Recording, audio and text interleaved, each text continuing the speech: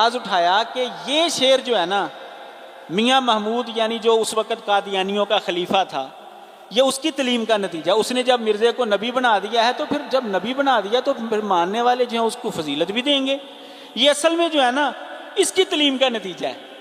اب بشیر الدین محمود جو مرزے کا بیٹا تھا، جو قادیانیوں کا دوسرا خلیفہ تھا، اس نے اب جواب دیا، اس کا جواب کے اندر اس نے یہ تسلیم کیا، کہتا ہے کہ میرے اوپر یہ الزام لگا رہے ہیں جی محمد علی صاحب کہ یہ میری تعلیم کا نتیجہ ہے، حالانکہ یہ نظم حضرت صاحب یعنی مرزا قادیانی کی زندگی کے اندر خطبہ الہامیہ جب پڑھ کر سنایا گیا تھا، اس مجمع کے اندر یہ پڑھ کر سنائی گئی تھی، حضرت صاحب نے یہ سنی تھی اور خوش ہوئے تھے اور شاعر کو جزاک اللہ بھی کہا تھا۔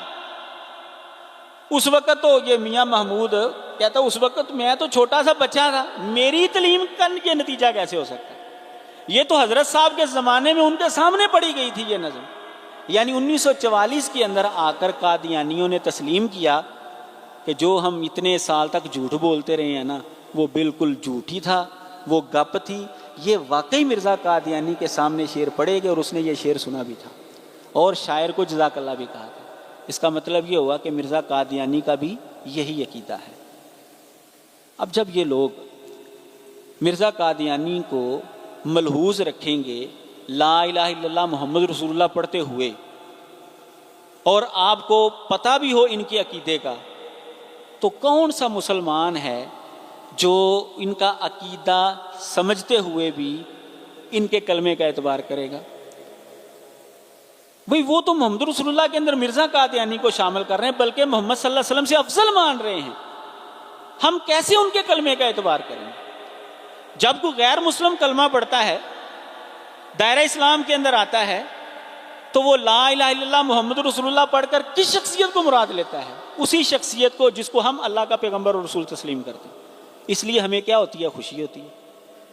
لیکن مرزائی لوگ ایسا نہیں کرتے بھائی، ان کا عقیدہ یہ نہیں ہے، ان کا عقیدہ یہ ہے کہ وہ محمد رسول اللہ کے اندر مرزا قادیانی کو شامل مانتے ہیں، تو جب وہ یہ کام کرتے ہیں تو پھر ہمیں کیسے ان کے ساتھ محبت ہو، کیسے ہم ان کے کلمے کا اعتبار کریں؟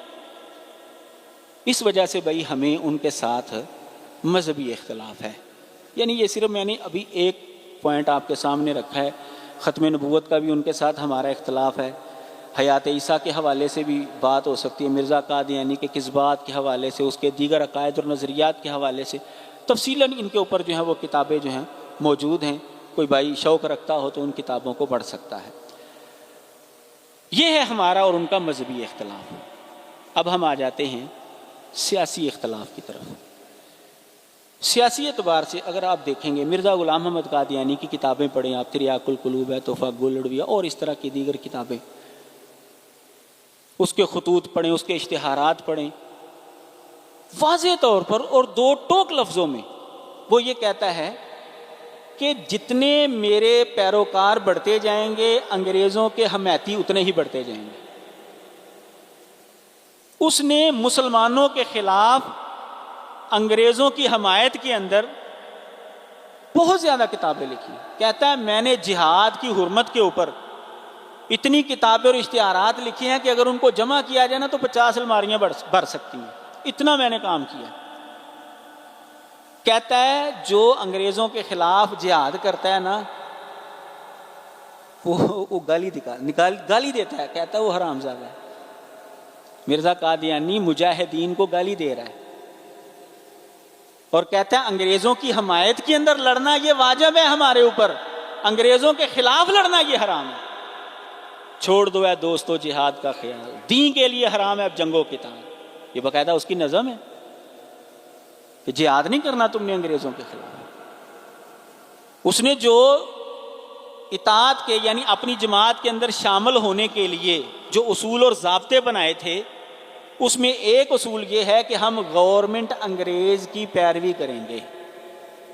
یہ اس کی جماعت کے اندر شامل ہونے والا جو ہے وہ باقاعدہ دستخط کرے گا، اس بات کو مانے گا کہ انگریز کی ہم پیروی کریں گے، انگریز کی مخالفت نہیں کریں گے ہم۔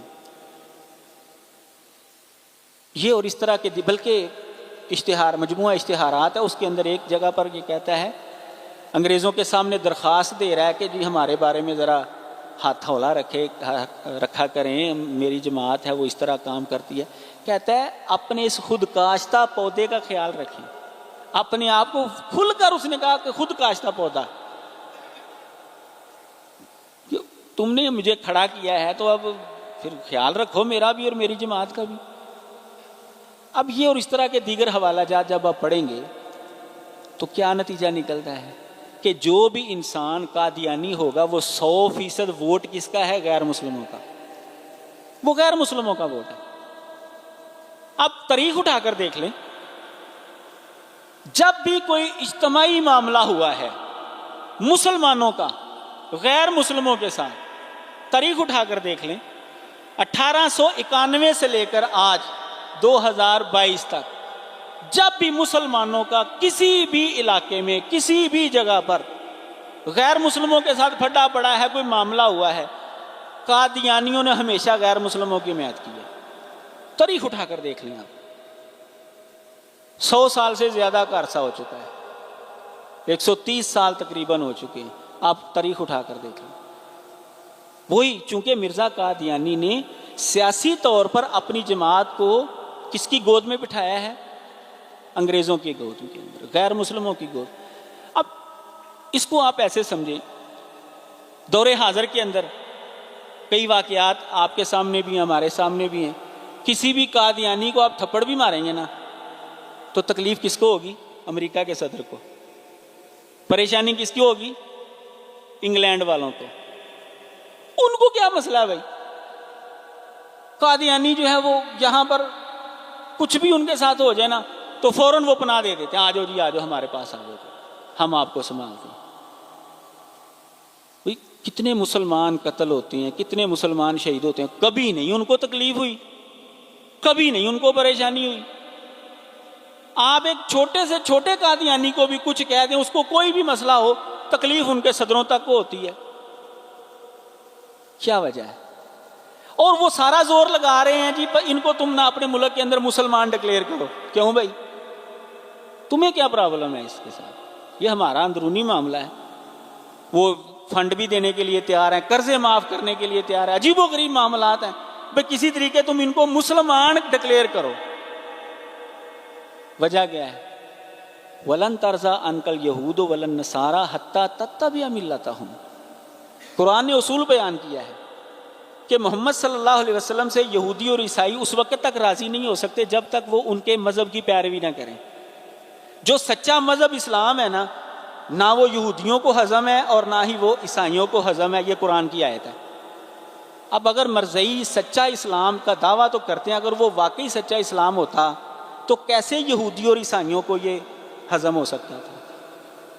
ہماری وہ مخالفت کرتے ہیں، جو محمد صلی اللہ علیہ وسلم کا نام لیتے ہیں ان کی وہ مخالفت کرتے ہیں، لیکن جو مرزا قادیانی کا نام لیتا ہے اس کو وہ چندہ بھی دیتے ہیں، سہولت بھی دیتے ہیں، اور دنیا کے اندر جو ہے اس کو آرام بھی دیتے ہیں. اس کا مطلب یہ ہے کہ قرآن کی آیت کے مطابق ان کا مذہب سچا مذہب نہیں ہے. اگر سچا ہوتا تو یہودی اور عیسائی ان سے نفرت کرتے. قرآن کی آیت ہے یہ. تو یہ ہے سیاسی اعتبار سے ہمارا اور ان کا اختلاف. اس وجہ سے بھائی ہمیں ان سے نفرت ہے کہ جو بھی قادیانی ہوتا ہے نا وہ 100% غیر مسلموں کا ووٹ ہے، مسلمانوں کے لیے کوئی فائدہ نہیں ہوتا اس سے. تیسرا، قانونی اعتبار سے پاکستان کا قانون جو ہے وہ جیسا کہ آئین آپ سمجھتے ہیں 1974 کے اندر 7 ستمبر 1974 کو پاکستان کے قانون کے اندر ان کو غیر مسلم اقلیت قرار دیا گیا، لیکن یہ باز پھر بھی نہ آئے، اپنے آپ کو مسلمان ہی کہتے تھے. تو پھر 1984 کے اندر ضیاء الحق کے صدارتی آرڈیننس کے تحت جو ہے ان کے اوپر پابندی لگا دی گئی کہ یہ اسلامی شعائر بھی استعمال نہیں کر سکتے. کھل کر اپنے آپ کو مسلمان کہتے تھے. جیسا کہ اگر آپ وہ تاریخ کے اندر پڑھیں گے تو مسلمان طالب علموں کے اوپر انہوں نے ظلم کیا تھا، ان کو مارا تھا، پیٹا تھا، جو ملتان سے جو ہے سیر کے لیے آ رہے تھے. نشتر میڈیکل کالج کے اسٹوڈنٹ جو ہیں ربوے کے اندر جو ہے وہ پمفلٹ تقسیم کیے انہوں نے ختم نبوت کے نعرے لگا دیے. واپسی پر جب وہ آئے تو پھر انہوں نے خوب ان کو مارا پیٹا، کسی کی ٹانگ توڑ دی، کسی کا سر پھاڑ دیا. تو پھر مسلمانوں نے جو ہے وہ تحریک چلائی اور اللہ تعالیٰ نے کام بھی کس سے لیا؟ جس کے اوپر کوئی دنیا کا بندہ الزام نہیں لگا سکتا کہ یہ مذہبی ہے، ذوالفقار علی بھٹو۔ کوئی بھی دنیا کا بندہ یہ نہیں کہہ سکتا کہ یہ کوئی مذہبی بندہ تھا، اس بندے سے اللہ تعالیٰ نے کام لیا، اور کام بھی لیا جو دنیا کے طریقے کے مطابق، یعنی جمہوری طریقے کے مطابق۔ کوئی بندہ بھی اس کو دنیا کی کسی بھی عدالت کے اندر چیلنج نہیں کر سکتا۔ بالکل بے دین بندے سے یہ کام لیا اللہ تعالیٰ نے، اور جو دنیا کا قانون تھا اس کے مطابق لیا، جمہوری طریقے کے مطابق۔ ایک ووٹ بھی قادیانیوں کے حق میں نہیں پڑا، سارے کے سارے ووٹ ان کے خلاف ہی تھے۔ باقاعدہ بحث ہوئی، 11 دن جو ہے وہ بحث ہوتی رہی ہے، پھر اس کے بعد لوگوں کے اور بھی بیانات ہوتے رہے، تو آخرکار 7 ستمبر 1974 کو ان کو غیر مسلم اقلیت قرار دے دیا گیا کہ پاکستان کے اندر ان کی حیثیت غیر مسلموں والی ہے۔ لیکن جب وہ اپنے آپ کو مسلمان شو کرتے ہیں تو پھر پاکستان کے آئین کو وہ کیا کر رہے ہیں؟ جوتے کی نوک پر رکھ رہے ہیں۔ بھئی اس لیے ہمیں ان کے ساتھ نفرت ہے، یہ ہمارا قانونی اعتبار سے ان کے ساتھ اختلاف ہے کہ ہمارے قانون کے اندر گو کہ یہ ہماری بنیاد نہیں، بنیاد ہماری مذہبی ہے، لیکن چونکہ پاکستان کے آئین کے اندر ان کو غیر مسلم اقلیت قرار دیا گیا ہے، اگر وہ اپنے آپ کو مسلمان شو کرتے ہیں تو باقاعدہ قانون کے اندر اس کی سزا موجود ہے، اور وہ پاکستان کے آئین کو جوتے کی نوک پر رکھ رہے ہیں، اس لیے ہمیں ان کے ساتھ اختلاف ہے۔ اور چوتھا وہ ہے عقلی انداز سے۔ عقلی اعتبار سے اگر ہم اس مسئلے کو سمجھیں تو وہ کچھ یوں ہے کہ آپ نے ایک چیز لانچ کی ہے مارکیٹ کے اندر،